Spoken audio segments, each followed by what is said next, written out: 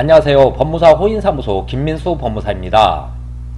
2005년부터 법무사로 일을 하며 2006년도부터 개인회생, 개인 파산을 다루었으니 어느덧 횟수로 16년차가 되었습니다. 오늘은 지금까지 경험했던 개인회생, 개인 파산의 채무자에 대하여 말을 해보도록 하겠습니다.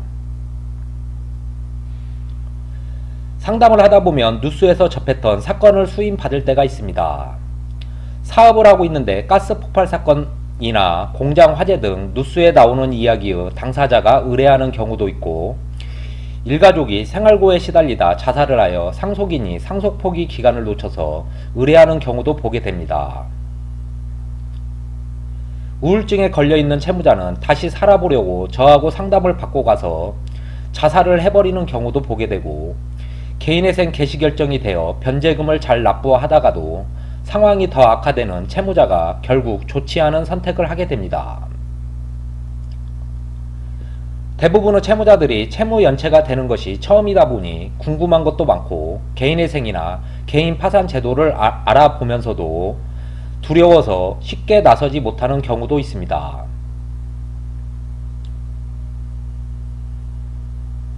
제 입장에서 보면 채무자들의 성향이 너무 다르기 때문에 저희 사무소 나름의 기준을 정하여 처리를 하고 있습니다. 대부분의 채무자들은 협조가 잘 되는데 정말 얄미운 채무자들도 또한 있습니다. 채무자가 해야 할 의무는 하지 않고 본인이 필요할 때만 사소한 것까지 요구하는 채무자가 있기 때문입니다. 저에게 의뢰한 채무자들의 입장에서 최선을 다해 일처리를 하려고 노력합니다. 그런데 간혹 뜻하지 않게 사건이 기각되는 경우가 있습니다.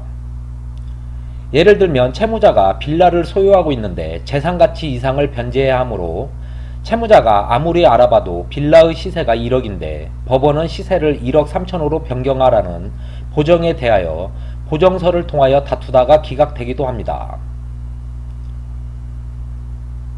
사실 저와 상관은 없습니다. 법원이 하라는 대로 하면 얼마나 편하고 일처리가 빨리 끝나겠습니까?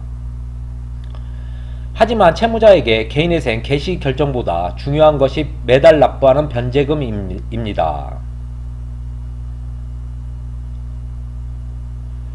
이 일을 하면서 느끼는 건 개인회생, 개인 파산 업무는 그 일처리량이 다른 민사사건과 비교도 되지 않게 많을 뿐만 아니라 채무자들에게 받아야 할 서류들도 방대합니다.